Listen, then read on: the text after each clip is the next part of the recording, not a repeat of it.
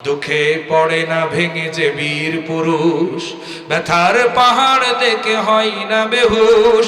এমন মানুষ কই বীর মুজাহিদ, দুর্বার দুঃখে শোকে তাকে খুঁজিয়াজ, তাকে খুঁজিয়াজ, তাকে খুঁজিয়াজ। সকল ব্যথার বোঝা বইতে পারে, সব জ্বালা যাতনাও সইতে পারে। বিপদ আপদ এলে আল্লাহকে ডাকে, তার দয়া করুণাই ভরসা রাখে। হারাই না হুশ, সেই তো মানুষ, সেই তো মানুষ। আল্লাহু আকবার বলে। জীবনের সর্ব অবস্থায় ভরসা হবে কার উপর? আল্লাহ। পৃথিবীর মানুষের তৈরি আইন দিয়ে এ সমাজ পরিবর্তন হবে না। এ সমাজ পরিবর্তন হতে পারে কেবলমাত্র কোরআন, শুধুমাত্র কোরআন, একমাত্র কোরআন দিয়ে। কথা বলেন ঠিক কিনা? আরো জোরে কোন ঠিক কিনা? এই জন্য আমাদের স্লোগান একটাই, সব ঘোড়ার ডিম দেখা শেষ। আগামীর বাংলাদেশ কোরআনের বাংলাদেশ, আগামীর বাংলাদেশ ইসলামের বাংলাদেশ, আগামীর বাংলাদেশ আলেম ওলামার বাংলাদেশ। ও নীলফামারীর তাওহীদি জনতা, আগামীর বাংলাদেশকে কোরআনের বাংলাদেশ বানানোর জন্য যদি আর একটা বার ডাক দেওয়া হয়, আর একটা গণ আন্দোলনের ডাক দেওয়া হয়, মাথায় কামনের কাপড় বেঁধে বুকে আল্লাহর কোরআন নিয়ে শাহাদাতের তামান্না নিয়ে রাজপথে নেমে যেতে রাজি আছেন কারা কারা? হাত উঁচু করে আল্লাহকে দেখা।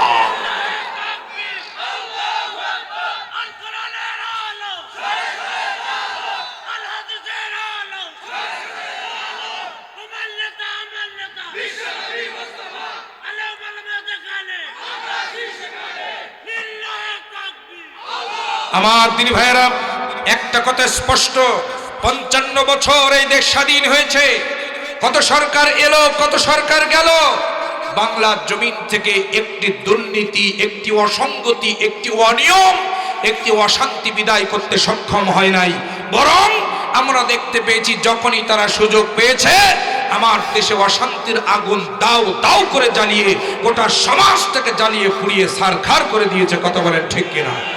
সুতরাং আমরা কিছুই চাই না। আমরা চাই আগামী দিনে ক্ষমতায় যেই যাও, কোরআন বাদ দিয়ে, কোরআনের আইন বাদ দিয়ে, ইসলামকে মাইনাস করে ক্ষমতার মসনদ পরিচালনা করবার জনগণ থাপ্পড় মেরে বিদায় করে দেবে।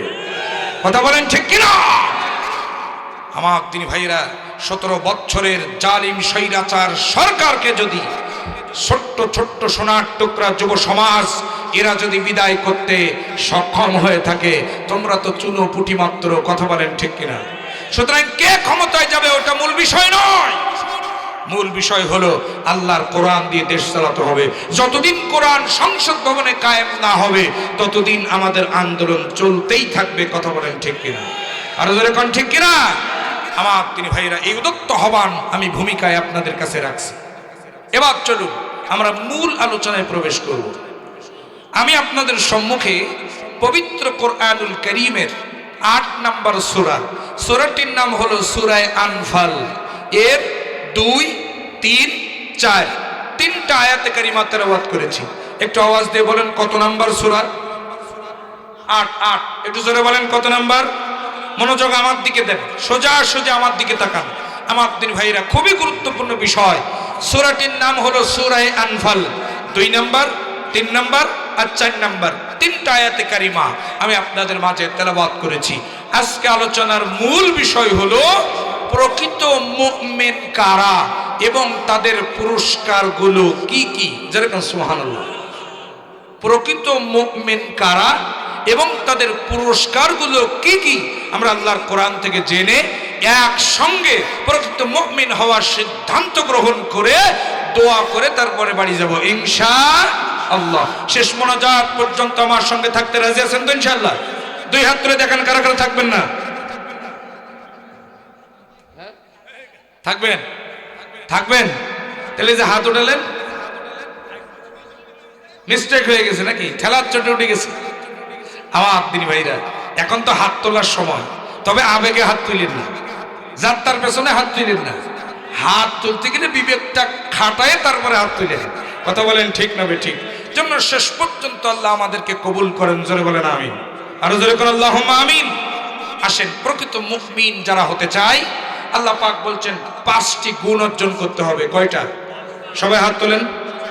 সবাই ডান হাতের পাঁচ আঙ্গুল উঁচু করেন, জোরে বলেন কয়টা গুণ? আরো জোরে, জোরে হলো না, আরো জোরে। 5টি গুণ যারা অর্জন করতে পারবে এরাই হবে প্রকৃত মুমিন। কথা কার? আল্লাহ। এই 5টি গুণ যারা অর্জন করতে পারবে এদেরকে আল্লাহ রাব্বুল আলামিন 4টি পুরস্কার দিবেন। কয়টা? একটু জোরে কোন কয়টা? 4টা। এখন আমরা আগে পুরস্কারের কথা শুনবো, তারপরে গুণের আলোচনায় যাব আমার দিন ভাইরা। কারণ আগে লোভ, তারপর কাজ। কি বলেন? আগে পাওনাটা কি এটা জেনে তারপরে কাজ। আপনি একটা চাকরি করবেন, এখন বেতনটা না জেনে কি করবেন? কথা বলেন। বেতনটা না জেনে কি আপনি কাজ করবেন? করবেন না। আগে বেতন কেমন, যদি আপনার সবকিছুতে পোষায় তারপরে না আপনি চাকরিটা ধরবেন বা করবেন। এজন্য আগে পুরস্কারের ঘোষণা, তারপরে গুণগুলো কি। যদি ওই 4টি পুরস্কার আমাদের দরকার হয় তাহলে আমার দিন ভাইরা 5টা গুণ আমরা অর্জন করার সিদ্ধান্ত নেব। জোরে কোন ইনশাআল্লাহ। খুব মনোযোগ দিবেন, আজকে আমরা প্রকৃত মুমিন হয়ে বাড়ি যাব ইনশাআল্লাহ। 1 নম্বর পুরস্কার হলো উলাইকা হুমুল মুমিনুনা হাক্কান। আল্লাহ রাব্বুল আলামিন বলেন 5টি গুণ অর্জন করে যারা প্রকৃত মুমিন হতে পারবা, আমি আল্লাহ রাব্বুল আলামিন 1 নম্বরে আমার পক্ষ থেকে হক্কানি মুমিনের সার্টিফিকেট আমি আল্লাহ দিয়ে দিব।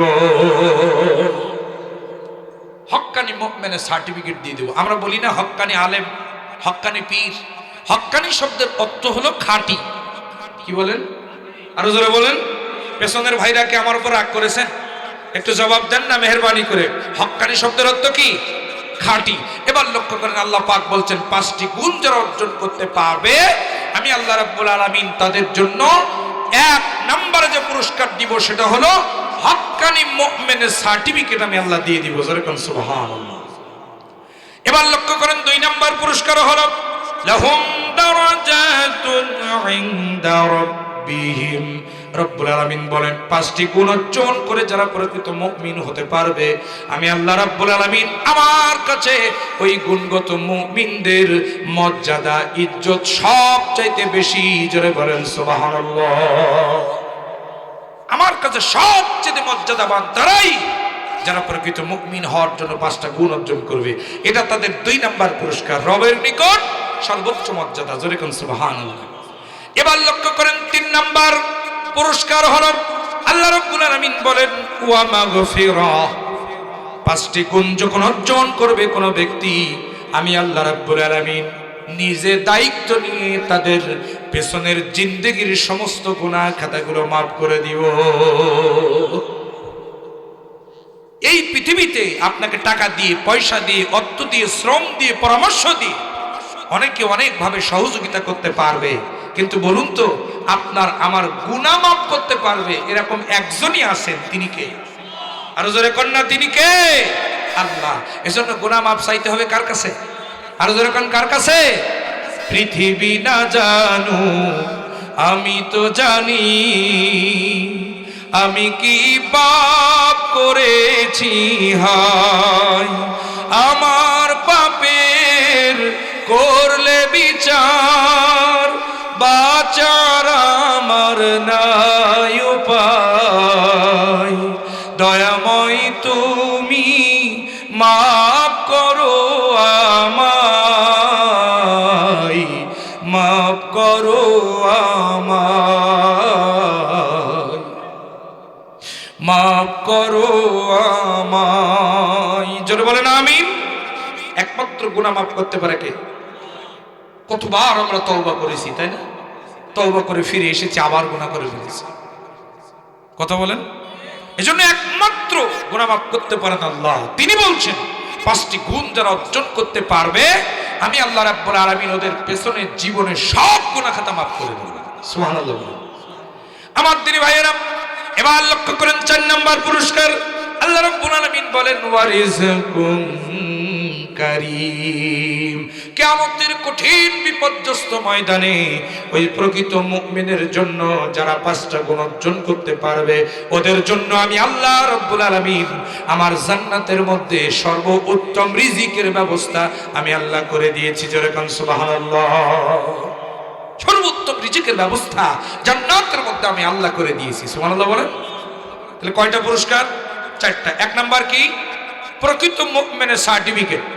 দুই নাম্বার রবের নিকট সর্বোচ্চ মর্যাদা। তিন নাম্বার জীবনের সব গুনাহ মাফ। চার নাম্বার জান্নাতে সর্বোত্তম রিজিক। এবার আমি নীলফামারী সোনারায়ের তাওহীদি মুসলমানদের কাছে জানতে চাই, এই চারটি পুরস্কার আপনাদের লাগবে না লাগবে না? আরো যেরকম লাগবে না লাগবে না? কাদের কাদের লাগবে দুই হাত তুলে আল্লাহকে দেখান, লিল্লাহে তাকবীর। এই চারটি পুরস্কারের চাইতে শ্রেষ্ঠ পুরস্কার আর কিছু হতে পারে?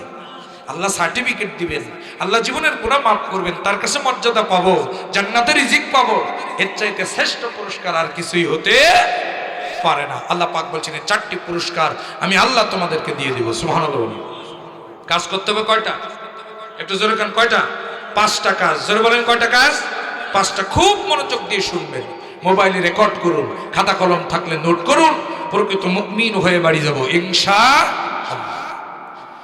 এক নাম্বার গুণ হলো ইন্নামাল মুমিনুনা আল্লাযীনা ইযা যুকিরাল্লাহু ওয়াজিলাত কুলুবুহুম। চিৎকার দিয়ে বলুন আল্লাহু আকবার। এক নাম্বার মুমিনের গুণ, ফার্স্ট ক্লাস ফার্স্ট এক নাম্বার মুমিনের গুণ, এক নম্বরে তাদের সামনে যখন আল্লাহ শব্দটি উচ্চারণ করা হবে, আল্লাহর নামটি যখন তাদের সামনে নেওয়া হবে, ওই মুমিনের অন্তরটা আল্লাহর ভয়ে থরথর করে কাঁপতে থাকবে। অর্থাৎ এক নম্বর গুণ হলো মুমিন হবে তাকওয়াবান। ভয় করবে কাকে? আর যখন ভয় করবে কাকে? একজন মুমিন কেবলমাত্র শুধুমাত্র একমাত্র আল্লাহকে ভয় করে। ওরা বাতিলের বুলেটকে ভয় করে না, ওরা ফাঁসির রশিকে ভয় করে না, প্রয়োজনে আল্লাহর জন্য হাসি মুখে ফাঁসির দড়িতে চলে, বাতিলের কাছে মাথা নত করে না, করে না, করে না। এরাই প্রকৃত মুমিন, যারা একমাত্র কাকে ভয় করে? রবকে না রবকে? জোরে কোন, রবকে না রবকে? আল্লাহকে ভয় করে। আল্লাহ সারা পৃথিবীর কাউকে তারা ভয় করে না, পরোয়া করে না। এক নম্বর মুমিন। আমার দিনী ভাইরা, এখন জীবনের সকল ক্ষেত্রে যারা আল্লাহ রাব্বুল আলামিনকে ভয় করবে, ওরা কোনো অন্যায় করতে পারবে না। কি বলেন? ওরা neat and clean, sure and pure একটা আমার দিনী ভাইরা জীবন তারা গঠন করবে, কোনো অন্যায় সে করতে পারবে না। তার কারণ হলো যখনই সে কোনো অন্যায় করতে যাবে, তখন তার মনের মধ্যে ধাক্কা দিয়ে বলে উঠবে, তোর আল্লাহ দেখতেছে, তোকে আল্লাহ দেখছেন। এই কথাটা যখন তার স্মরণ হয়ে যাবে, সাথে সাথে ওই অন্যায় থেকে ফিরে আসবে। আল্লাহকে যারা ভয় করে ওরা চুরি করতে পারে না, আল্লাহকে যারা ভয় করে ওরা ডাকাতি করতে পারে না, জেনা করতে পারে না, ব্যভিচারী করতে পারে না, মদ খেতে পারে না, জুয়া খেলতে পারে না। আল্লাহকে যারা ভয় করে আমার ভাইরা, ওরা নামাজকে ছেড়ে দিতে পারে না। আল্লাহকে যারা ভয় করে এই দুনিয়া সুন্দর করে তারা আমার দিনী ভাইরা সুন্দর করে একটা জীবন তারা গঠন করে। জোরে কোন সুবহানাল্লাহ। সুন্দর একটা জীবন তারা গঠন করে, পবিত্র একটা জীবন তারা গঠন করে যারা আল্লাহকে ভয় করে। জোরে কোন সুবহানাল্লাহ। সুতরাং আমরা তো আল্লাহকে ভয় করবই। আগামী দিনে আমরা যে নেতাদেরকে চয়েস করব, সেই নেতাদেরকে দেখব আমার নেতা তাকওয়াবান কিনা, আমার নেতা আল্লাহকে ভয় করে কিনা। কথা বলেন, কথা বলেন। আমার তিনি ভাইরা, আমার বাবাজিরা শুনে রাখেন। এই কথাটা কেন বললাম? আজকে সন্ধ্যা 6টায় তফসিল ঘোষণা হয়েছে, আপনারা দেখতে পেয়েছেন। আগামী ফেব্রুয়ারির 12 তারিখ জাতীয় সংসদ নির্বাচন। আমার দিন ভাইরা, এখন আপনি নামাজ পড়ছেন, রোজা রাখছেন, হজ করছেন, যাকাত দিচ্ছেন, সব কিছু ঠিক আছে। আল্লাহকে ভয় করে মাথায় টুপি পরেছেন, মুখে দাড়ি রেখেছেন, গায়ে লম্বা জুব্বা পরেছেন, হাতে একটা তসবিহ করেন, অথচ ভোট দিচ্ছেন এমন একজনকে যে ভোট আপনি দেখতে পাচ্ছেন যে ওই লোকটাকে ভোট দিলে পরে যে গম খাবে, টিন খাবে, রড খাবে, বালু খাবে, সিমেন্ট খাবে, এটা জেনে শুনে এরকম একজন মানুষকে আপনি নির্বাচিত করেছেন, নেতা বানিয়েছেন। সূরা নিসার 85 নম্বর আয়াত দেখেন, আল্লাহ পাক বলছেন ওই নেতা ক্ষমতায় গিয়ে যত গুনাহ করবে, 1 ভাগ গুনাহ তোমার আমলনামায় আসবে। এখন তুমি যদি মুফতি হও, মুহাদ্দিস হও, গাউস হও, কুতুব হও, ওলি হও, আবদাল হও, যাই হও না কেন, গুনার ভাগ নেওয়াই লাগবে। এমনকি তুমি মরে কবরে গেছো, তোমার নেতা উপরে আছে যাকে তুমি ভোট দিয়ে ক্ষমতায় বসাইছো, তুমি যত অন্যায় করবা ওই নেতা যত অন্যায় করবে, তুমি কবরে শুয়ে শুয়ে সেই গুনাহের ভাগ নেওয়া লাগবে। এজন্য নিজে শুধু আল্লাহকে ভয় করলে হবে না। ওয়াজআলনা লিল মুত্তাকিনা ইমামা, সূরা ফুরকানের ৭৪ নম্বর আয়াত। আল্লাহ পাক বলছেন যে নেতা বানাবা ওই নেতা যেন হয় তাকওয়াবান, আল্লাহকে যেন ভয় করে। সুবহানাল্লাহ বলবেন না? আমার দিনী ভাইরা, এবার লক্ষ্য করেন, আমরা যদি আল্লাহ রাব্বুল আলামিনকে জীবনের সকল ক্ষেত্রে ভয় করতে পারি, তাকওয়া যদি অবলম্বন করতে পারি, তাহলে আমাদের লাভ কি হবে? অনেকগুলো লাভ আছে, সব বলবো না, শুধু একটা লাভের কথা বলি। আল্লাহ রাব্বুল আলামিন কোরআনুল কারীমের মধ্যে সুন্দর করে জানিয়ে দিয়েছেন, যারা আমি আল্লাহ আমার উপরে যারা তাকওয়াবান হবে, আমি আল্লাহ আমাকে ভয় করবে, ওরা যখন কোনো বিপদে পড়ে যাবে, আমি আল্লাহ রাব্বুল আলামিন ওদের সমস্ত বিপদ উদ্ধার হয়ে যাওয়ার জন্য পথ বের করে দেব। যত বিপদে পড়বে আল্লাহ পাক বলছেন, ওয়ামাইয়াত্তাকিল্লাহা ইয়াজআল লাহু মাখরাজা। মুত্তাকি ব্যক্তি, আল্লাহকে ভয় করা ব্যক্তি যখন কোনো বিপদে পড়ে যায়, স্বয়ং আমি আল্লাহ তাদের বিপদকে উদ্ধার করে দেই। আল্লাহ যে বিপদ থেকে উদ্ধারের পথ বের করে দেন, মুত্তাকি যারা, আল্লাহকে ভয় করে যারা, ছোট্ট একটা উদাহরণ নিয়ে যান, প্রমাণ নিয়ে যান, দলিল। বনি ইসরাইল কওমের নাম নিশ্চয় আপনারা শুনেছেন। বনি ইসরাইল হাজার হাজার বছর আগের ইতিহাস। এই বনি ইসরাইল কওমের তিনজন যুবক, তিন বন্ধু, খুব মনোযোগ দিবেন, তিন বন্ধু, তারা সবাই মিলে, তিনজন মিলে এক জায়গায় বেড়াতে গিয়েছিল, সফরে গিয়েছিল। আমরা অনেক সময় বন্ধু বান্ধবরা মিলে যাই না? যাই। আমি গত কয়েকদিন আগে রংপুর থেকে মাহফিল করে আসতেছি, তারাগঞ্জের এই রাস্তাটায় যখন আসছি হাইওয়েতে, তখন দেখলাম যে ৫টা-৭টা মোটরসাইকেল, দামি দামি মোটরসাইকেল, এবং প্রত্যেক বাইকে ২জন-৩জন, একজন সিঙ্গেল কেউ নেই, সব একই বয়সের মানুষ, মানে বন্ধু, ২৫ থেকে ৩০-৩৫-এর ভিতরে এরকম। তো আমি চায়ের দোকানে একটু দাঁড়ালাম, ওরাও এসে দাঁড়ালো। তা আমি কৌতূহল বশত তাদেরকে জিজ্ঞাসা করলাম যে এত রাতে, রাত ২টা-৩টার দিকে আপনারা এই বন্ধু বান্ধব মিলে নিশ্চয়ই কোথায় যাচ্ছেন? বলছে, হুজুর আমরা ওই যে কাঞ্চনজঙ্ঘা পাহাড় দেখতে যাচ্ছি, তেতুলিয়া। তেতুলিয়াতে। বাসা কোথায়? তো বাসা ঢাকা। ঢাকা থেকে মোটরসাইকেল চালায় আসছে বন্ধুরা মিলে, কাঞ্চনজঙ্ঘা পাহাড় দেখতে যাবে। তো আমরা মাঝে মাঝে এরকম যাই, বন্ধু বান্ধবরা মিলে ট্যুরস দেই, তাই না? দেই। বনি ইসরাইল কওমের তিনজন বন্ধু, তারা কোন সফরে বের হয়েছিল, সফর শেষ করে বাড়িতে ফিরবে অনেক রাত। আমার দিনী ভাইরা, বিকাল যখন হয়েছে, রাত হবে, বাড়িতে ফিরতে অনেক দূরের পথ। হঠাৎ করে তারা লক্ষ্য করে দেখলো চতুর্দিকে ঘন কালো মেঘ জমা হয়েছে, ঝড়ের পূর্বাভাস লক্ষ্য করা যায়, সাথে সাথে অন্ধকার হয়ে গেছে, বৃষ্টি যে কোনো সময় নামতে পারে। তিনজন বন্ধু পরামর্শ করলো, এখন যদি বাড়ি যাই অল্প কিছুক্ষণের ভিতরেই তো এই বৃষ্টি ঝড়ে আমরা গ্রেফতার হয়ে যাব, প্রতিমধ্যে বিপদ হতে পারে, এখন কি করা যায়? তিনজন বন্ধু বললাম, এই অবস্থায় বাড়ির দিকে যাওয়া যাবে না, আবার এখানে দাঁড়িয়ে ঝড় বৃষ্টির কবলে পড়ে থাকা যাবে না। একটা কাজ করা যায়, একটু জায়গা খোঁজো, আশপাশে কোথায় অপেক্ষা করা যায়, যদি বৃষ্টি থেমে যায়, অপেক্ষা করা শেষ হলে তারপরে আমরা বাড়ির দিকে রওনা দিব। হঠাৎ করে তিনজন যুবক দেখতে পেল পাশে একটা বিশাল পাহাড়, ওই পাহাড়ের নিচে একটা গর্ত দেখা যায়, গুহা দেখা যায়। ওই পাহাড়িয়া গুহার মধ্যে তারা যে আশ্রয় গ্রহণ করার সিদ্ধান্ত নিল, চলো আমরা পাহাড়িয়া গুহায় যাই, ওখান থেকে বৃষ্টি যখন থেমে যাবে বের হয়ে তারপরে বাড়ির দিকে যাব। ওরা পাহাড়িয়া গুহার মধ্যে তিন বন্ধু আশ্রয় নিয়েছে, বনি ইসরাইল কওমের তিন যুবক যখন আশ্রয় নিয়েছে, ঠিক সেই সময় আল্লাহর কি কুদরত, প্রচন্ড ঝড় শুরু হয়ে গেল, বৃষ্টি শুরু হয়ে গেল। আমার দিনী ভাইয়েরা, ঝড়ের প্রবল বাতাসে, বৃষ্টির সঙ্গে ওই পাহাড়ের উপরে থাকা বিরাট একটা পাথর পাহাড়ের উপর থেকে এসে পড়ে ওই তিনজন যুবক যেই গুহার মধ্যে আছে, ওই গুহার মুখে পড়ে গুহার মুখটা বন্ধ হয়ে গেল।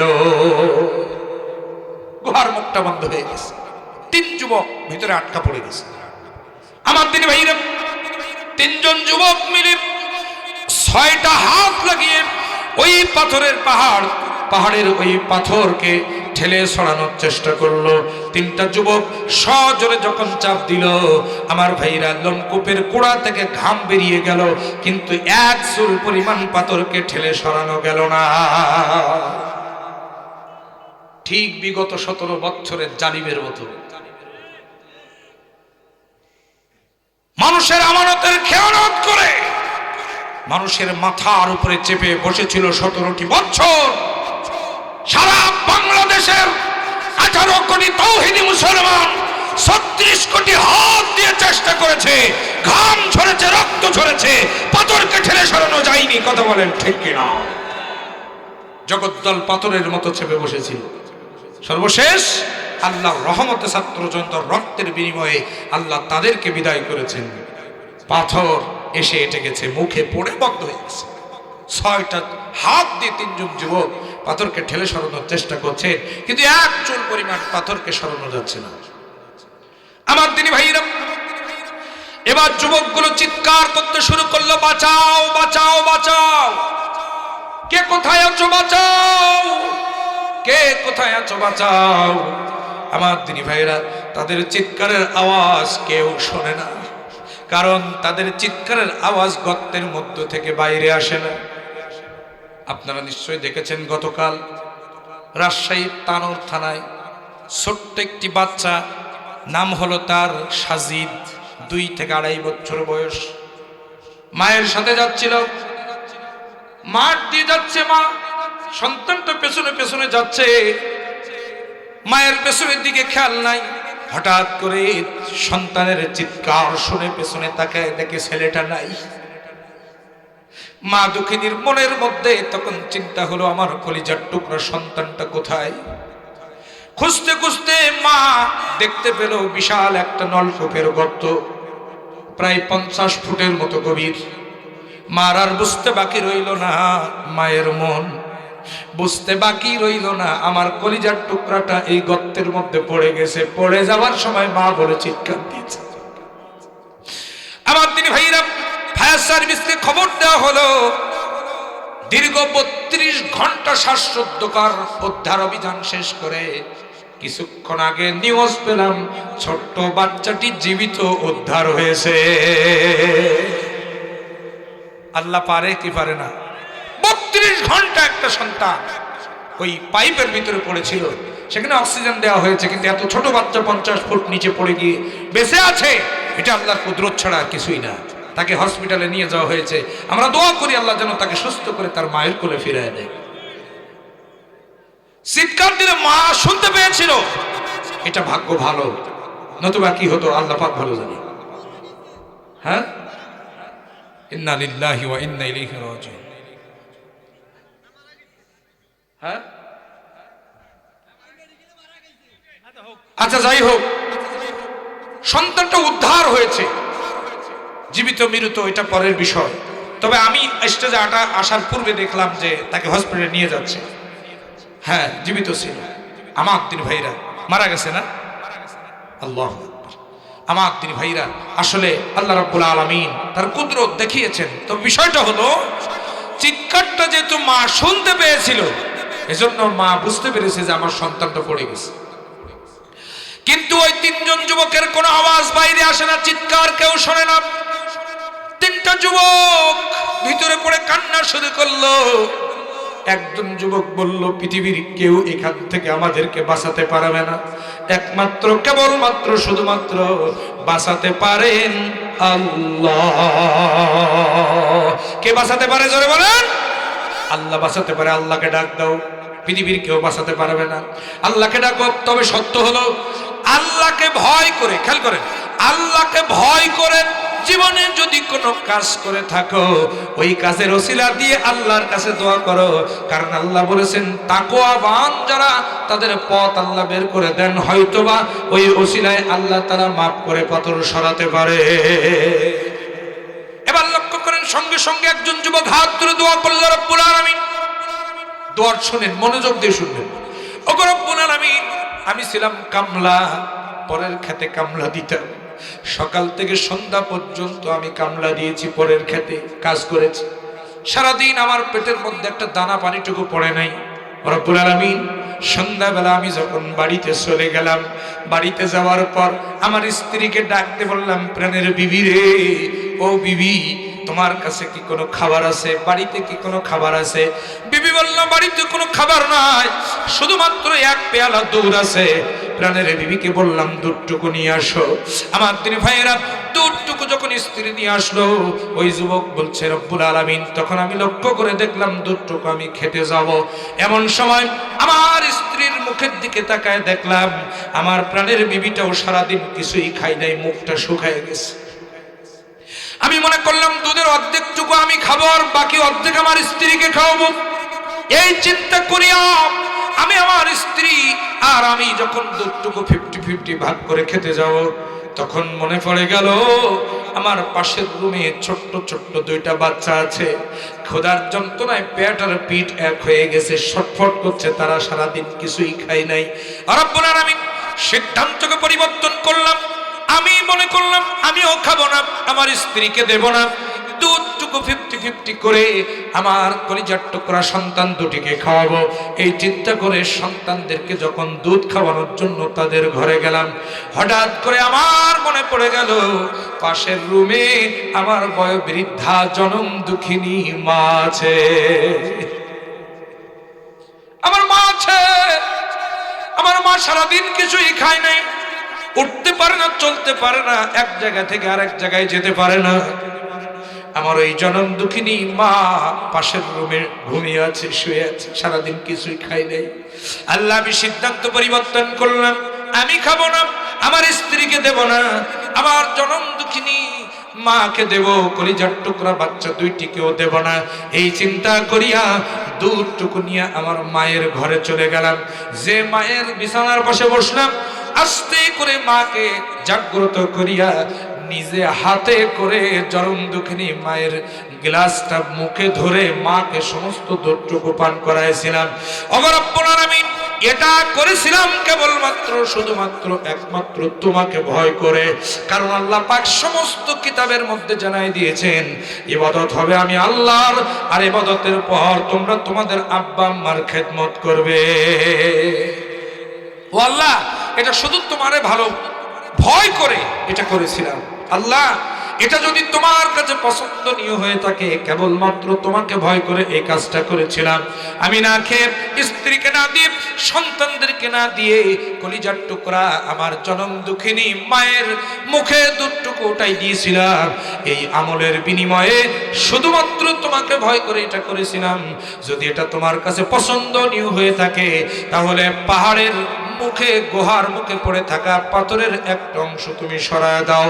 বুখারী মুসলিমের হাদিস, বিশ্ব নবী জনাবে মুহাম্মদ রাসূলুল্লাহ সাল্লাল্লাহু আলাইহি সাল্লাম বললেন, এই দোয়া করার সঙ্গে সঙ্গে আল্লাহ রাব্বুল আলামিন পাথরের ওই গুহার মুখ থেকে পাথরের 3 ভাগের 1 ভাগ সরায় দিলে।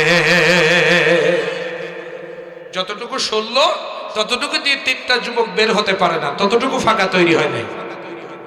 এখান থেকে শিক্ষা নেন, আজ থেকে হাজার হাজার বছর পূর্বে বনী ইসরাইল কওমের ওই যুবক যদি আব্বা আম্মার খেদমত করার কারণে ওই পাথর যদি আল্লাহ তাআলা সরিয়ে দিতে পারেন, আজকেও আপনি, আমি, আমরা যদি আব্বা আম্মার খেদমত করি, আমাদের জীবনের কষ্টের পাথর আল্লাহ সরিয়ে দিতে পারে কি পারে না? আর যখন পারে কি পারে না? খাদ্যে বরকত হচ্ছে না, রিজিকে বরকত হচ্ছে না, সম্মানে, ইজ্জতে, চাকরিতে, ব্যবসায়, বাণিজ্যে বরকত হচ্ছে না? আব্বা আম্মার কাছ থেকে দোয়া নেন। কারণ এই পৃথিবীতে সবচাইতে আব্বা এবং আম্মা হলো সন্তানের জন্য সবচেয়ে বড় পীর। কথা বলেন আমার দিনী ভাইরা। আল্লাহ রাসূল বলেন, কিয়ামতের কঠিন বিপর্যস্ত ময়দানে মায়ের খেদমত যারা করেছে দুনিয়ায়, ওরা নবীদের সঙ্গে আল্লাহর জান্নাতে যাবে। নবীদের সঙ্গে জান্নাতে যাবে। সুবহানাল্লাহ বলেন। আমার দিন ভাইরা খুব মনোযোগ দিবেন। কাদের সাথে জান্নাতে যাবে? নবীদের সাথে। প্রত্যেক নবীর সঙ্গে একজন করে সাধারণ মানুষ আল্লাহর জান্নাতে যাবে। সুবহানাল্লাহ বলেন। আমার দিন ভাইরা, নবীদের সঙ্গে পিতামাতার খেদমতকারী আল্লাহর জান্নাতে যাবে, তার বাস্তব উদাহরণ দিতে গিয়ে ছোট্ট একটি ঘটনা, খুব মনোযোগ দিতেন। কষ্ট হচ্ছে না তো আপনাদের? এদিকে তাকান। আমার তিনি ভাইরা একজন পয়গম্বর ছিলেন যার খুব রাগ ছিল এবং তুতলা ছিলেন, নাম কি?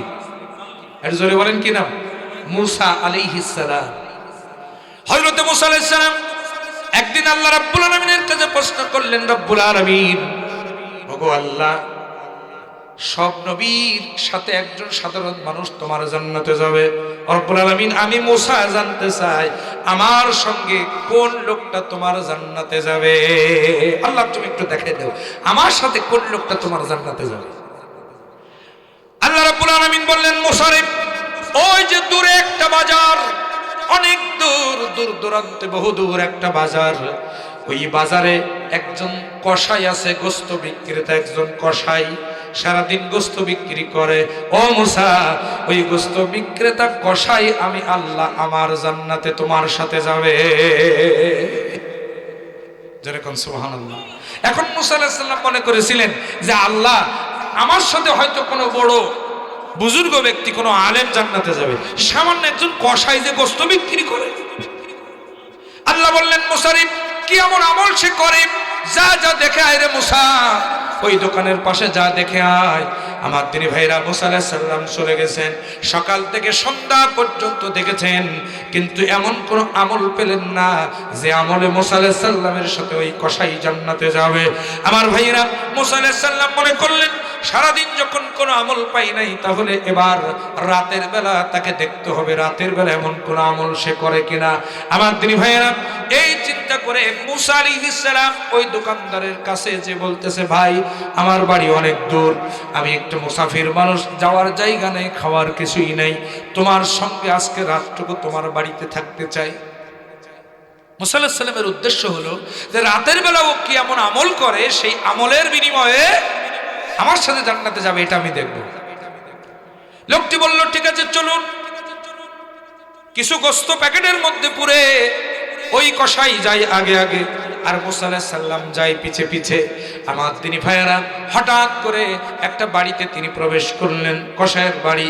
এবার বাড়িতে যাওয়ার পর মুসা আলাইহিস সালামকে থাকার জন্য একটা ঘর তিনি দিলেন, কিন্তু মুসা আলাইহিস সালাম দেখতে লাগলেন এই লোকটা, এই কসাইটা কি করে। মুসা আলাইহিস সালাম বলেন, আমি দেখতে লাগলাম ওই কসাইটা যে গোশতগুলো নিয়ে এসেছিল, ওই গোশতগুলো নিজে নিজে সুন্দর করে পানি দিয়ে ধৌত করলো, পানি দিয়ে পরিষ্কার করে নিজে হাতে করে রান্না করলো, কয়েকটা রুটি সে বানালো। মুসা আলাইহিস সালাম মনে করলেন আমি মুসাফির মানুষ, এজন্য হয়তো আমার জন্য এই ব্যবস্থা তিনি করছেন। হঠাৎ করে মুসা আলাইহিস সালাম বলেন, আমি লক্ষ্য করে দেখলাম ওই যুবকটা ওই একটা প্লেটের মধ্যে কিছু গোশত নিয়া আর কয়েকটা রুটি নিয়ে চলে গেছেন একটা রুমের ভিতরে। আমি পিছে পিছে তার রুমের ভিতরে প্রবেশ করলাম, যে দেখতে পেলাম একজন মহিলা, বয়স হয়ে গেছে, বুড়ি হয়ে গেছে, বিছানা থেকে উঠতে পারে না, চলতে পারে না, ফিরতে পারে না, ওই বিছানার মধ্যে শায়িত অবস্থায় আছে। আমি দেখতে পেলাম ওই যুবকটা কসাই ওই মহিলার পাশে যে বসলো, বসে আস্তে করে ওই মহিলাটাকে উঠাইয়া নিজে হাতে করে রুটি আর গোশতগুলো মুখে তুলে দিবে, কিন্তু খেতে তো পারবে না, দাঁত নাই, নিজে গালে করে সুন্দর করে চিবিয়ে তারপরে ওই মহিলার গালের মধ্যে উঠায় দিচ্ছে। খাওয়া যখন শেষ হয়ে গেল, নিজে মাথায় হাত বুলাইয়া সুন্দর করে মহিলাটিকে ঘুম পাড়ায় দিলেন।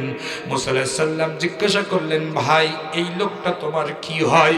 মুসা আলাইহিস সালামের প্রশ্নের জবাবে কসাই তখন বলতেছে, ও মুসাফির ভাই, শুনে রাখো, এই লোকটা হলো আমার জনম দুঃখিনী মা। আল্লাহ বলেন, মুসা এই আমলের কারণেই ওই লোকটা তোর সাথে জান্নাতে যাবে, তোর কোনো আপত্তি আছে? মুসা আলাইহিস সালাম বলেন, আল্লাহ না, কোনো আপত্তি নেই। সুবহানাল্লাহ। আজকে আপনি আমি যে প্যান্ডেলের ভিতরে বসে আছি, আমাদের পায়ের নিচে হলো জুতা, আর মহিলা প্যান্ডেলে যারা বসে আছেন, নবীজি বলেছেন আল জান্নাতু তাহতা আকদামিল উম্মাহাত, মায়ের পায়ের নিচে হলো সন্তানের জন্য জান্নাত, বেহেশত। কোন সন্তান যদি মায়ের খেদমত করে, আল্লাহ তাকে জান্নাত দিয়ে দিবেন। সুবহানাল্লাহ। নবীজি বলেন, যদি কোনো সন্তান সকালবেলা বাবা মাকে খুশি রেখে যদি সকালটা শুরু করলো, দিনটা শুরু করলো, রব্বুল আলামিন তার জন্য জান্নাতের দুটি দরজা খুলে দিবেন। জোরে কোন সুবহানাল্লাহ।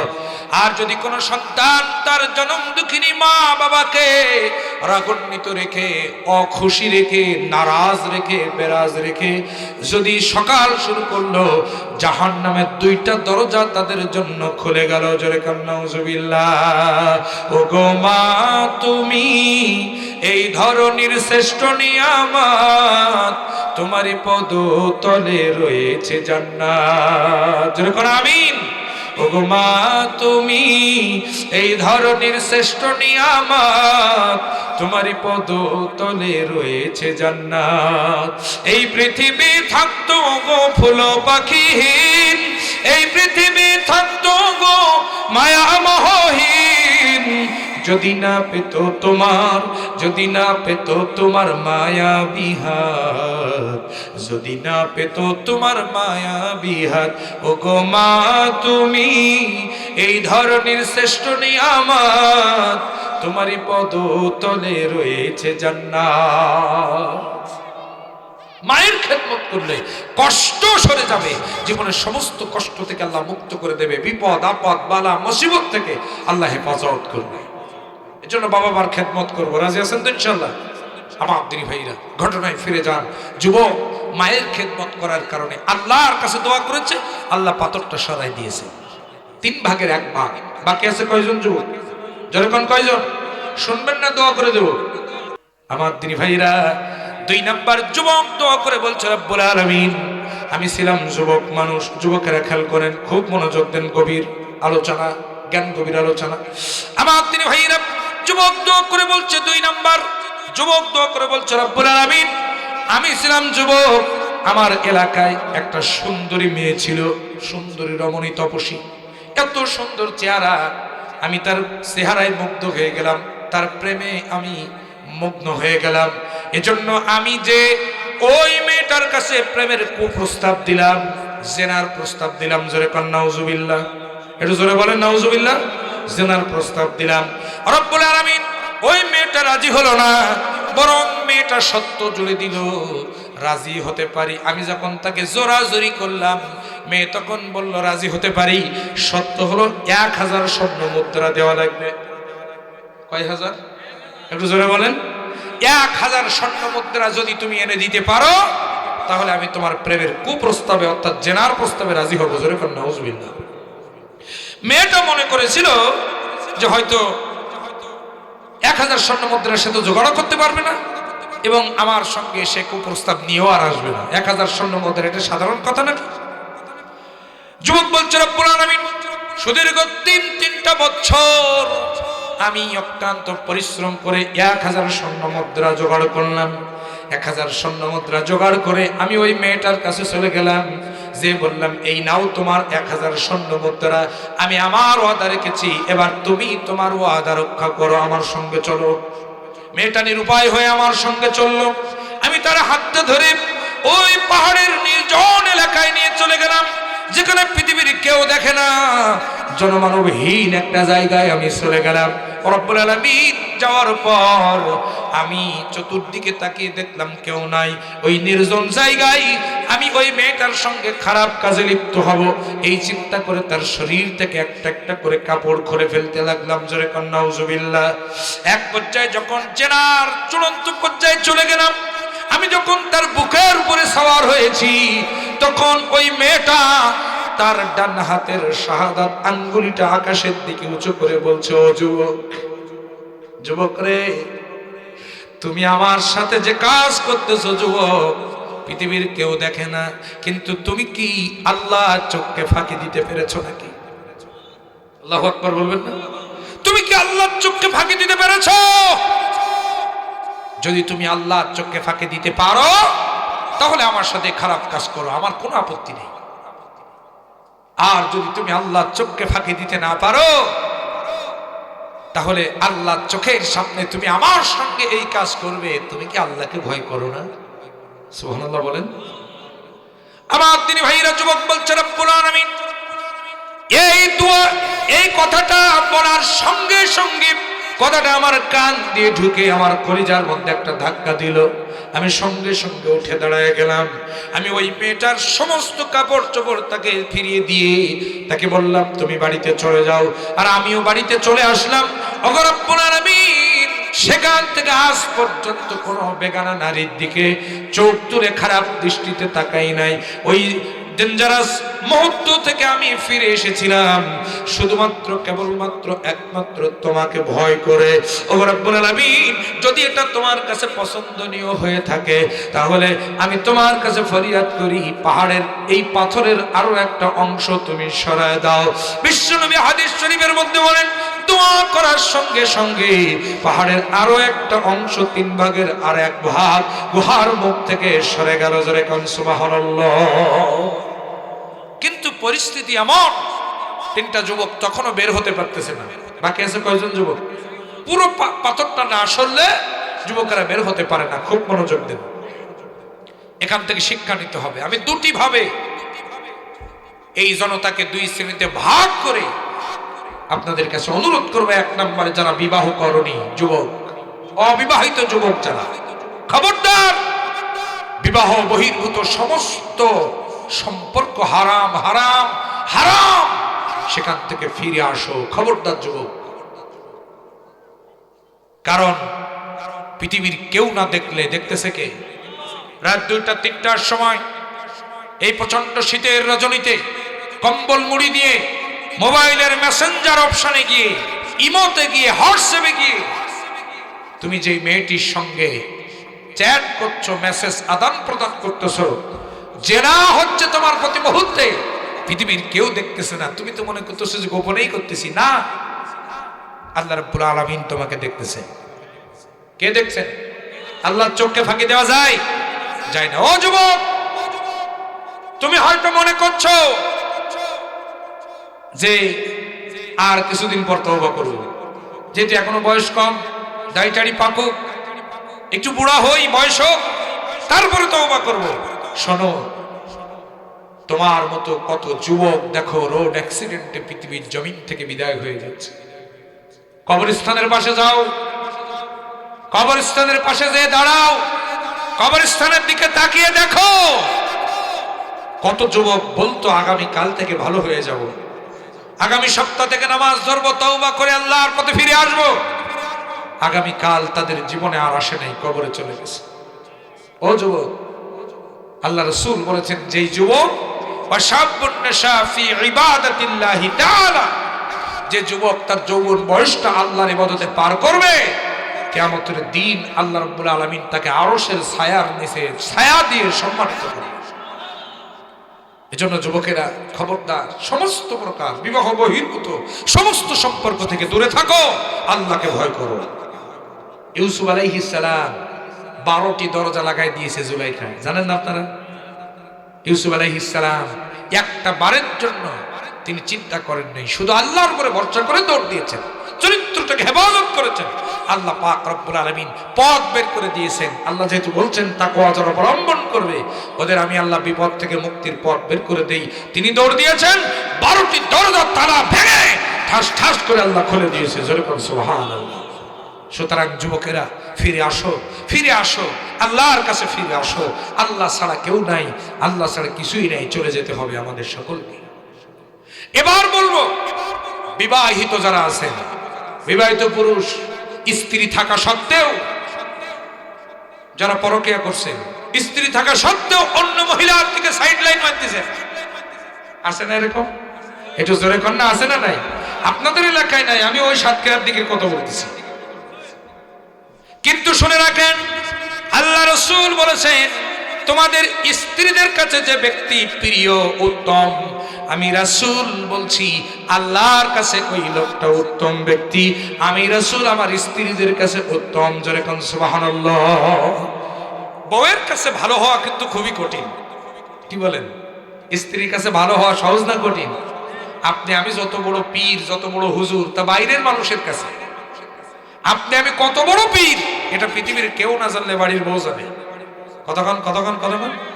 এজন্য স্ত্রীর কাছে আপনাকে ভালো হতে হবে। আপনার জন্য আল্লাহ স্ত্রী পবিত্র, উত্তম, হালাল স্ত্রীর ব্যবস্থা করেছেন। আপনি যদি স্ত্রীকে বাদ দিয়ে অন্যদিকে মন দেন, শুনে রাখেন, নিশ্চিত জাহান্নাম। তার কারণ হলো কিয়ামতের কঠিন বিপর্যস্ত ময়দানে আল্লাহ রাব্বুল আলামিন একজন পুরুষ মানুষের জন্য সর্বপ্রথম তার স্ত্রীর কাছ থেকে সার্টিফিকেট নেবেন। স্ত্রীর কাছে জিজ্ঞাসা করবেন, তোমার স্বামী কেমন ছিল, তোমার স্বামী কেমন ছিল। স্ত্রী যদি বলে, আল্লাহ আমার স্বামী ভালো ছিল না, আমার স্বামী আমি থাকা সত্ত্বেও অন্য জায়গায় সাইড লাইন করেছে, আমি থাকা সত্ত্বেও নামাজ পড়িনি, রোজা রাখিনি, হজ করিনি, যাকাত দেইনি, অন্যান্য পাপাচারে লিপ্ত ছিল, আল্লাহ রাসূল বলছেন ওই স্বামীকে আল্লাহ নিক্ষেপ করবেন জাহান্নামে। আর যদি কোনো স্বামী, কোনো স্ত্রী বলে আমার স্বামী ভালো ছিল, আমার স্বামী নামাজ পড়তো, আমার স্বামী রোজা রাখতো, হজ করতো, যাকাত দিত, দান সদকা দিত, সব হকগুলো আদায় করেছে, একমাত্র আমি থাকতে অন্য কোনো বেগানা নারীর দিকে চোখ তুলে তাকায় নাই, খারাপ দৃষ্টিতে তাকায় নাই, আল্লাহ রাব্বুল আলামিন ওই স্বামীকে জান্নাতের মধ্যে দিয়ে দিবেন, ওই স্ত্রীকেও জান্নাতে দিয়ে দিবেন, এবং বলবেন স্ত্রীর চেহারাটা সুন্দর করে দেব। ফেরেশতারা যখন স্ত্রীর চেহারাটা সুন্দর করে দিবে, আমার তিনি ভাইয়েরা, এত সুন্দর হবে আপনার স্ত্রীর চেহারা, এক পলক তাকিয়ে থাকবেন 40,000 বছর পার হয়ে যাবে। এখন অনেকে চিন্তা করতেছেন, হুজুর আমার বউ যদি জান্নাতে যায়, ওর আমি জান্নাত আমার দরকার নেই, এরা মাসে না অনেকে দুনিয়ায় যে চলা চলতেছে, হুজুর ও যদি জান্নাতে যায়, ওরে কোন জান্নাত আমার দরকার নেই। না, এটা ভাববেন না। আপনি আপনার স্ত্রীকে নিয়ে খুশি থাকুন, দুনিয়া তো 2 দিনের, চেষ্টা করুন আপনি ভালো স্বামী হওয়ার। আপনি ভালো স্বামী হয়ে যান, আপনার স্ত্রী ভালো স্ত্রী হয়ে যেতে বাধ্য। সংসারে গন্ডগোল, অনেকে আমাদের কাছে দোয়া চাই, হুজুর একটু দোয়া করেন, অবস্থা ভালো না, সারাসারি হয়ে যাচ্ছে, হুজুর সংসারের অবস্থা ভালো না, শুধু গন্ডগোল, শুধু ফ্যাসাদ, মারামারি। নবীজি বলেছেন একটা টেকনিক ফলো করবা, জীবনে গন্ডগোল হবে না। সুবহানাল্লাহ বলেন, কি জানতে চান না সেটা? নবীজি বলেছেন প্রতিদিন বাড়ি যেয়ে স্ত্রীকে সালাম দিবা, প্রতিদিন যতবার বাড়ি যাবা স্ত্রীকে সালাম দিবা, ওই সংসারে কখনো ঝগড়া বিবাদ থাকবে না। সুবহানাল্লাহ বলেন। আমরা তো আসল জায়গায় ভুল করছি, আমরা স্ত্রীকে সালাম দেই না। এখন অনেকে বলছেন, হুজুর আপনারা হুজুর মানুষ, আপনারা সালাম দিতেই পারেন, আমরা যদি বাড়ি গিয়ে সালাম দেই, এখন বলবেন আব্দুল কাদের জিলানী কোন জায়গাতে আসলো, 40 বছর সংসার করতেছি, একদিন সালাম শুনলো না, আজকের বড় পীর কোথা থেকে আসলো সালাম দিচ্ছে। আপনি 1 দিন 2 দিন 3 দিন সালাম দেন, স্বাভাবিক হয়ে গেলে আপনাকে আর সালাম দেওয়া লাগবে না, ওই স্ত্রী আপনাকে সালাম দিবে। কথা বলেন। বিশ্ব নবীর স্ত্রী উম্মুল মুমিনিন আমাদের আম্মা জান আয়েশা সিদ্দিকা, মহব্বতের সাথে বলেন রাদিয়াল্লাহু তাআলা আনহা, নবীজির স্ত্রী বলেন 9টি বছর বিশ্ব নবীর সংসারে আমি স্ত্রীর দায়িত্ব পালন করেছি। এই 9টা বছরের ভিতরে একটা দিনের জন্য বিশ্ব নবী আমি বিশ্ব নবীকে আগে সালাম দিতে পারি নাই। 9 বছরে একটা দিন আমি নবীজিকে আগে সালাম দিতে পারি, উনি আমাকে আগে সালাম দিতেন। আমি দরজার আড়ালে লুকিয়ে থাকতাম, কখন নবীজি আসবেন আর আমি সালাম দিয়ে দেব। আমি যেই না বেরোতাম, আমার আগেই নবীজি আমাকে সালাম দিয়ে দিতেন। যেরকম সুবহানাল্লাহ। স্ত্রীর সঙ্গে মহব্বত তৈরি করেন। নবীজি বলেছেন, হাদিস শরীফের মধ্যে পাওয়া যায়, স্ত্রীরা যেই গ্লাসে যেই জায়গায় মুখ লাগায় পানি পান করেছেন, নবীজিও ওই জায়গায় মুখ লাগায় পানি পান করেছেন। আমার তিনি ভাইয়েরা, স্ত্রীরা যেই মেসওয়াক দিয়ে মেসওয়াক করেছেন, নবীজিও একই মেসওয়াক দিয়ে মেসওয়াক করেছেন। মেসওয়াক নবীজি যে মেসওয়াক দিয়ে করেছেন, স্ত্রীরাও একই মেসওয়াক দিয়ে মেসওয়াক করেছেন। এরকম করে তো নাকি? আপনার ব্রাশ দিয়ে আপনার স্ত্রী ব্রাশ করে তো নাকি? করে না? কেন করে না? কেন? এর জন্য আপনি আমি দায়ী। পান, বিড়ি, গুল, তামাক, জর্দা, সিগারেট খাইয়ে একেবারে গালটারে 12 বাজায় ফেলছি। এমনকি যে কটা দাঁত আছে সব কটা তরমুজের বিচির মতো করে ফেলেছি। স্ত্রী তো দূরে থাক, ওই বিরাজ দিয়ে তো ছাগলেও বিরাজ করবে না। কথা বলেন। আমি চিন্তা করি, আল্লাহ যারা বিড়ি খায় এদের বউ থাকে কেমন? হ্যাঁ, আল্লাহর রাস্তায় বাদ দেন, কখন না জানি চলে যায়। যাওয়ার কোনো গ্যারান্টি আছে বলেন? কার ভরসায় আসরে মন, কিসের করো আশা? এত সাদের বাড়ি একদিন ভেঙে যাবে তোমার বাসা। ও তোমার গোনা দিন ফুরাইয়া যাবে, গোনা দিন ফুরাইয়া যাবে, যৌবনে লাগবে ওই যে দেখো ডাকিতেছে তোমায় কবরের মাটি। বলেন ওই যে দেখো ডাকিতেছে তোমায় কবরের মাটি। সন্ধ্যার আগে যেদিন ডুববে রে বেলা, এক পলকে ভেঙ্গে যাবে তোমার রঙ্গেরি মেলা। কারে দিবা তুমি জোরে ধমক, কারে দিবা তুমি জোরে ধমক, কার মাথায় ভাঙবা লাঠি। ওই যে দেখো ডাকিতেছে তোমায় কবরের মাটি। বলেন ওই যে দেখো ডাকিতেছে তোমায় কবরের মাটি। কে কখন চলে যাব জানি না, এজন্য চরিত্রটাকে হেফাজত করেন, চরিত্রটাকে নষ্ট করবেন না। নবীজি বলেছেন যারা চরিত্রহীন এরা আমার উম্মত না, ওরা যদি তওবা করে ফিরে না আসে এরা আমি আল্লাহ আমার জান্নাতে যাবে না। জোরে কোন নাউজুবিল্লাহ। এজন্য চরিত্রকে যদি আপনি হেফাজত করেন আল্লাহর ভয়ে, আল্লাহ আপনার জীবনের কষ্টের পাথরগুলো সরিয়ে দেবে। জোরে কোন সুবহানাল্লাহ, আরো জোরে কোন সুবহানাল্লাহ। কষ্ট হচ্ছে আপনাদের? আমার ভাইরা আসেন, 3 নাম্বার যুবক মনে আছে কয়টা কাজ করলে নিশ্চিত প্রকৃত মুমিন? জোরে কোন কয়টা? একটু হাত তোলেন তো, সবাই হাত তোলেন তো, জোরে বলেন কয়টা? 5টা হাত। 3 নাম্বার যুবক দোয়া করলো। আমরা কিন্তু 1 নাম্বারে আছি, তাকওয়া, আল্লাহর ভয়। গভীর মনোযোগ দেন। যুবক দোয়া করে বলল রব্বুল আলামিন, আমি ছিলাম মালিক মুনিব, আমার দায়িত্বে একজন রাখাল কাজ করত। আমার সমস্ত ভেড়া উট দুম্বাগুলো সে চড়াতো, মাঠে নিয়ে মরুভূমিতে নিয়ে যেত। একদিন মাস শেষে আমি তাকে কিছু টাকা দিতাম, কয়েক হাজার টাকা বেতন দিতাম। খুব মনোযোগ দিবেন। এখন মাস শেষের পথে বেতন পাওনা হয়ে গেছে, অথচ একদিন হঠাৎ করে ওই যুবকটা আমার কাছে আসে না। আমি তাকে খুঁজতে লাগলাম, আসে না। 1 দিন গেল, 2 দিন গেল, 1 মাস গেল, 2 মাস গেল, আসে না যুবক। তার বেতনটা আমার কাছে রয়ে গেছে। ও রব্বুল আলামিন, আমি কি করলাম? ওই বেতনটা দিয়া আমি তার জন্য অপেক্ষা করতে লাগলাম।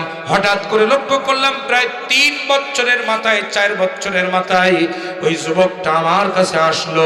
এসে বলছে, মালিক আমি তোমার কাছে কয়েক টাকা বেতন পাবো। ও মালিক, বেতনটুকু যদি দিতেন তাহলে বড় উপকার হতো। এবার যুবক বলছে, রব্বুল আলামিন, আমি তখন আমার হাতের আঙ্গুল দিয়া পাশে থাকা একটা ভেড়ার পাল, যেখানে 100 ভেড়া ছিল, ওই ভেড়ার পালটা আমি তাকে দেখায় দিলাম। দেখায় দিয়ে বললাম, এই 1 মাসের বেতন তোমার এই ভেড়ার পাল। জোরে কোন আল্লাহু আকবার। 1 মাসের বেতন এই ভেড়ার পাল, এটা তুমি নিয়ে যাও। রব্বুল আলামিন, যুবক রাখালটা চিন্তা করলো, প্রশ্ন করলো, ও মনি, আমার বেতন তো কয়েক হাজার টাকা, এটা আপনি দিলেন কেন? এতগুলো, এত লক্ষ লক্ষ টাকার জিনিস, এটা নিয়ে আমি কি করব? রব্বুল আলামিন, আমি তখন বললাম, না, এটা তোমার হক। তুমি আমাকে যখন এই বেতনটা পেতে, তোমার বেতন দিয়া তুমি আসতেছো না দেখে আমি কয়েকটা ভেড়া কিনেছিলাম। এই ভেড়া থেকে আজকে 100 ভেড়া হয়েছে, এটা তোমার হক, তুমি নিয়ে যাও। রব্বুল আলামিন, এই কাজটা কেবলমাত্র তোমাকে ভয় করে করেছিলাম। আমি চাইলে কয়েকটা টাকা দিয়ে তাকে বিদায় করে দিতে পারতাম। আমি চাইলে তাকে ওই বেতন দিয়ে দিতে পারতাম, অথবা 1-2টা ভেড়া দিতে পারতাম, ইনসাফ হয়ে যেত, বেইনসাফি হতো না। রব্বুল আলামিন কিন্তু না, তোমাকে ভয় করে তাকে সব ভেড়া দিয়ে দিয়েছিলাম, যেহেতু ওটা তার হক ছিল।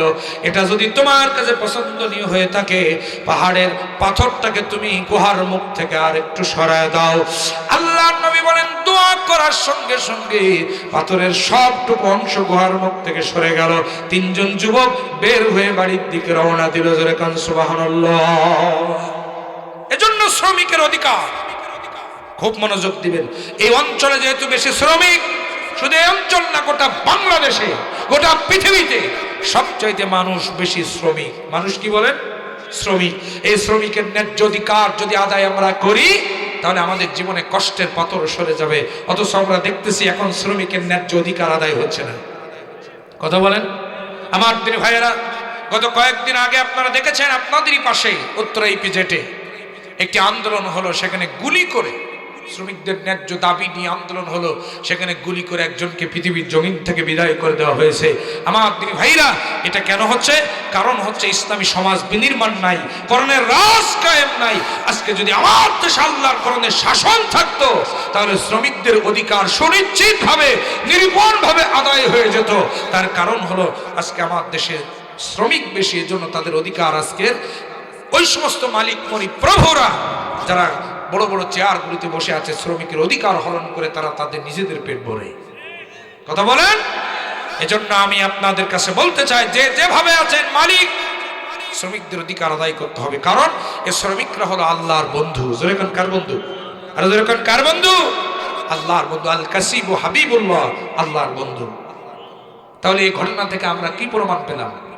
মায়ের খেদমত যদি করা যায়, তাহলে কষ্টের পাথর সরে যাবে জীবন থেকে। চরিত্র যদি হেফাজত করা যায়, কষ্টের পাথর সরে যাবে। আর যদি শ্রমিকের অধিকার আদায় করা যায়, কষ্টের পাথর সরে যাবে।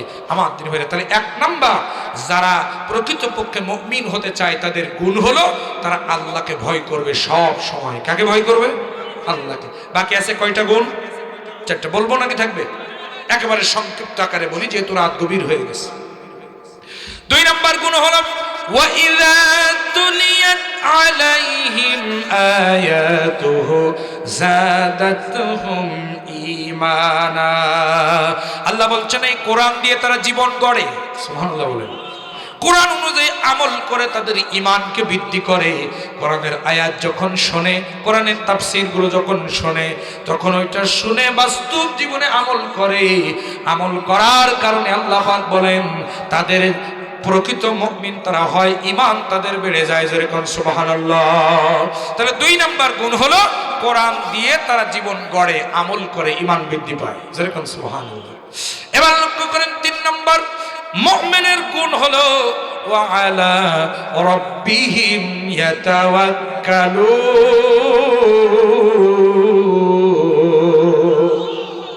আল্লাহ পাক বলছেন ওরা জীবনের সকল ক্ষেত্রে ভরসা করে আমি আল্লাহ আমার উপর।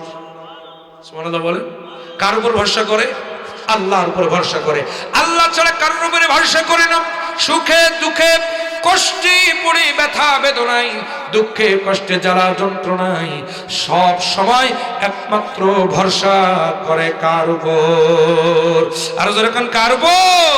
দুঃখে পড়ে না ভেঙে যে বীর পুরুষ, ব্যথার পাহাড় দেখে হয় না বেহুশ, এমন মানুষ কই বীর মুজাহিদ, দুর্বার দুঃখে শোকে তাকে খুঁজিয়াজ, তাকে খুঁজিয়াজ, তাকে খুঁজিয়াজ। সকল ব্যথার বোঝা বইতে পারে, সব জ্বালা যাতনাও সইতে পারে। বিপদ আপদ এলে আল্লাহকে ডাকে, তার দয়া করুণায় ভরসা রাখে। হারাই না হুশ, সেই তো মানুষ, সেই তো মানুষ। আল্লাহু আকবার বলে। জীবনের সর্ব অবস্থায় ভরসা হবে কার উপর? আল্লাহ। আমাদের মুসলিমদের জাতির পিতা ইব্রাহিম আলাইহিস সালাম, নমরুদ তাকে অগ্নিকাণ্ডে নিক্ষেপ করেছে। এখন আগুনে যখন পড়ে গেছে ইব্রাহিম আলাইহিস সালাম, জিবরাইল আমিন এসে বলতেছেন, ও ইব্রাহিম আমার কাছে সাহায্য চাও, কারণ আমার 600 ডানা, একটা ডানার ঝাপটা দিয়া আমি পুরো এই আগুনকে, নমরুদের আগুনকে নিভায়ে দেব। ইব্রাহিম আলাইহিস সালাম সাহায্য চাইছিলেন। যখন চাইছিলেন, ইব্রাহিম আলাইহিস সালাম বলেন, নমরুদ যে আগুনে আমাকে ফেলেছে, ও জিবরাইল এটা কি আমার আল্লাহ দেখে না? জোরে কন, আরো জোরে কন। আমার আল্লাহ দেখতেছে। আমার আল্লাহ তো অন্ধ না যে আমি আগুনে পড়ে গেছি আর আল্লাহ আমাকে দেখতেছে না। ওরকম অন্ধ আল্লাহর ইবাদত আমি করি না।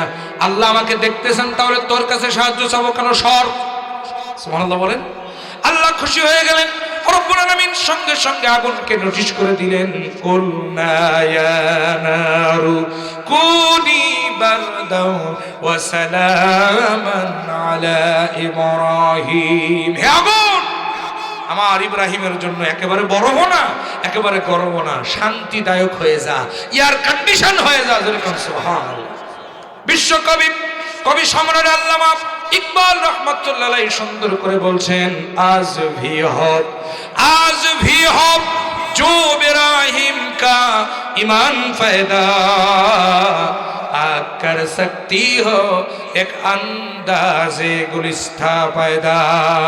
আজকেও যদি কোন ইব্রাহিমের সন্তানকে ইসলামী আন্দোলন করার অপরাধে যদি নমরুদের উত্তরসূরিরা অগ্নিকাণ্ডে নিক্ষেপ করে, আল্লামা ইকবাল বলছেন চোখের পলকে আল্লাহ রাব্বুল আলামিন ওই আগুনটাকে ফুল বাগান বানায় দেবে। এজন্য ভরসা হবে কার উপর? ইউসুফ আলাইহিস সালাম কূপের মধ্যে পড়ে গেলেন, ভাইরা ফেলে দিল। তিনি পৃথিবীর কারোর উপরে ভরসা করেন নাই, আল্লাহর উপরে ভরসা করেছেন। হযরতে ইউনূস আলাইহিস সালাম মাছের পেটে মাছ তাকে ঘিরে ফেললো। তিনটা অন্ধকারের মধ্য থেকে তিনি আল্লাহকে ডাক দিলেন, লা ইলাহা ইল্লা আনতা সুবহানাকা ইন্নী কুনতু মিনাজ জালিমিন। সঙ্গে সঙ্গে মাছের পেটের মধ্যে বেদনা শুরু হয়ে গেল। মাছ যেন বমি করে দিতে পারলে বেঁচে যায়, উগরে দিতে পারলে বেঁচে যায়। মাছ তখন কি করলো? মাছের পেটে যখন বেদনা শুরু হলো উপরে ভেসে উঠলো, এরপরে তীর খুঁজে পেল, সেই তীরের ওখানে মাছ তাকে উগরে দিল। মাছও বাঁচলো, ইউনূস আলাইহিস সালামও বাঁচলো। রব্বুল আলামিন সূরা আম্বিয়ার ভিতরে সুন্দর করে বলছেন, ওয়া কাযালিকা নুনজিল মুমিনিন। শুধু ইউনূস না, শুধু আইয়ুব না, শুধু ইব্রাহিম না, শুধু ইসমাঈল না, যুগে যুগে কালে কালে কিয়ামত পর্যন্ত যারা আমি আল্লাহ আমার উপরে জীবনের সকল ক্ষেত্রে ভরসা করবে, আমি আল্লাহ এভাবেই তাদের বিপদ থেকে উদ্ধার করে দেব। এভাবেই তাদের বিপদ থেকে আমি আল্লাহ উদ্ধার করবো। যেরকম সুবহানাল্লাহ। এবার লক্ষ্য করেন, তাহলে ৩ নাম্বার ভরসা হবে কার উপর? আল্লাহর উপর। ৪ নাম্বার মুমিনের গুণাবলী হলো আল্লাযীনা ইউকিমুনাস সালাহ। ওরা নামাজ কায়েম করে। কি করে? নামাজ কায়েম করে। শুধু নিজেরা নামাজ পড়ে না, সমাজের মানুষ যাতে নামাজ পড়ে, নামাজ পড়তে বাধ্য হয়, নামাজি হয়, এই জন্য চেষ্টা করে। যেরকম সুবহানাল্লাহ। শুধু নিজে নামাজ পড়লে হবে না, সমাজের মানুষকেও নামাজি বানানোর চেষ্টা করতে হবে, নামাজি বানানোর আন্দোলন করতে হবে। নামাজ কায়েম করা আপনার আমার দায়িত্ব না, ওটা সরকারের দায়িত্ব। সুতরাং আপনাকে আমাকে ওই সরকারকে বাধ্য করতে হবে নামাজ কায়েম করার জন্য। নিজে শুধু নামাজ পড়লে হবে না, সমাজের মানুষকে নামাজি বানানোর চেষ্টা করতে হবে। কথা বলেন ঠিক কিনা? ও নামাজি, কোরআন দিয়ে নামাজ পড়ো, সমাজ কেন গড়ো না? কি বলেন? শুধু নিজে নামাজ পড়লে হবে না, সমাজটাকেও নামাজের আলোকে গড়তে হবে, নামাজ কায়েমের আন্দোলন করতে হবে। এটা হলো ৪ নাম্বার। যে নেতা নামাজ কায়েম করতে চায় ওই নেতাকেই সমর্থন দিতে হবে। কথা বলেন ঠিক না? ঠিক। এবার লক্ষ্য করেন, ৫ নম্বর সর্বশেষ মুমিনের গুণ হলো ওয়া মিম্মা রাযাকনাহুম ইউনফিকুন। আল্লাহ বলছেন ৫ নম্বর গুণ হলো আমি আল্লাহ তাদেরকে যে রিজিক দিয়েছি ওই রিজিক থেকে আমার পথে তারা ব্যয় করে। যেরকম সুবহানাল্লাহ। তাহলে এই ৫টা গুণ আবার লক্ষ্য করেন। ১ নম্বর, আল্লাহ পাক রব্বুল আলামিন বলছেন জীবনের সকল ক্ষেত্রে আমি আল্লাহ আমাকে ভয় করে। ২ নাম্বার, কোরআন অনুযায়ী জীবন গড়ে। ৩ নাম্বার হলো জীবনের সকল ক্ষেত্রে আমি আল্লাহ আমার উপরে ভরসা করে। ৪ নাম্বার হলো ওরা নামাজ কায়েম করে, নিজে নামাজ পড়ে, নামাজ কায়েমের আন্দোলন করে। আর ৫ নাম্বার হলো ওরা আমি আল্লাহ যে রিজিক দিয়েছি তার থেকে আমার পথে ব্যয় করে। যেরকম সুবহানাল্লাহ। এই ৫টি গুণ যারা অর্জন করতে পারবে, আমার ৩ ভাই আল্লাহ বলছেন ওদের ৪টা পুরস্কার। ১, মুমিনের সার্টিফিকেট। ২, আল্লাহর কাছে মর্যাদা। ৩, জীবনের গুনাহ মাফ। ৪, জান্নাতের মধ্যে রিজিক। সুবহানাল্লাহ বলবেন না? তাহলে ৫টা কাজ করতে আমরা রাজি আছি তো? যেরকম রাজি আছি তো? চ্যানেলটি সাবস্ক্রাইব করুন, বেল আইকনটি বেজে দিয়ে সাথেই থাকুন।